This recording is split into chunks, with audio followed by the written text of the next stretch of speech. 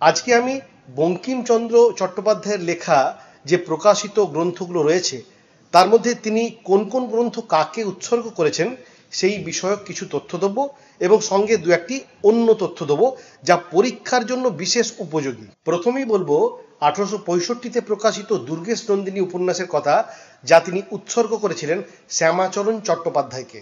তারপর বলবো 1866-তে প্রকাশিত কপালকুণ্ডলা উপন্যাসের কথা, যা তিনি উৎসর্গ করেন সঞ্জীব চন্দ্র চট্টোপাধ্যায়কে। এরপর থাকবে বিষবৃক্ষ উপন্যাস, প্রথম প্রকাশ 1873। এটি তিনি উৎসর্গ করেছিলেন তার বন্ধু জগদীশনাথ রায়কে।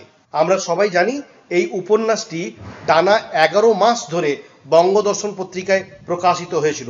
বঙ্গদর্শনে প্রকাশিত এটি বঙ্কিমচন্দ্রের প্রথম উপন্যাস। এবার বলবো 1875-এ প্রকাশিত চন্দ্রশেখর উপন্যাসের কথা, যেটি তিনি উৎসর্গ করেছিলেন পূর্ণচন্দ্র চট্টোপাধ্যায়কে। তারপর থাকবে মৃণালিনী উপন্যাসের কথা, যেটি তিনি উৎসর্গ করেছিলেন দীনবন্ধু মিত্রকে।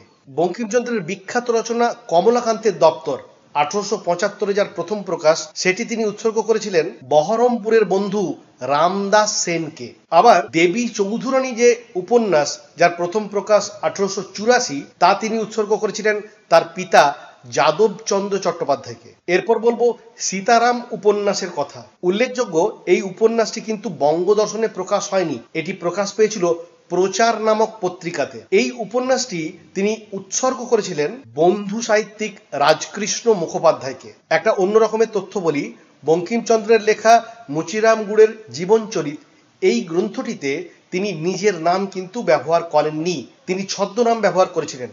ছদ্মনাম কি ব্যবহার করেছিলেন? দর্পনারায়ণ পতিতুণ্ড। এরপর বলবো ইন্দিরা উপন্যাসের কথা। ইন্দিরা উপন্যাস যখন প্রথম প্রকাশিত হয় 1280-তে, তখন এর পৃষ্ঠা সংখ্যা ছিল 45, কিন্তু মৃত্যুর আগে এটাকে তিনি পুনরায় লেখেন এবং তখন পৃষ্ঠা সংখ্যা দাঁড়ায় 177। ইন্দিরা উপন্যাসের প্রথম সংস্করণে 8টি পরিচ্ছেদ ছিল, কিন্তু যখন এর পঞ্চম সংস্করণ বেরোয় তখন পরিচ্ছেদ সংখ্যা দাঁড়ায় 21। এর সাথে উল্লেখযোগ্য যে প্রথম সংস্করণে পরিচ্ছেদগুলির কোনো নামকরণ ছিল না, কিন্তু ইন্দিরা উপন্যাসের পঞ্চম সংস্করণ যখন বেরোয়, যার পৃষ্ঠা সংখ্যা 177 বললাম, তখন কিন্তু বঙ্কিমচন্দ্র পরিচ্ছেদগুলির নামকরণ করেন। যেমন প্রথম পরিচ্ছেদের নাম দিয়েছিলেন আমি শ্বশুর বাড়ি যাইব, দ্বিতীয় পরিচ্ছেদের নাম দিয়েছিলেন আমি শ্বশুর বাড়ি চলিলাম।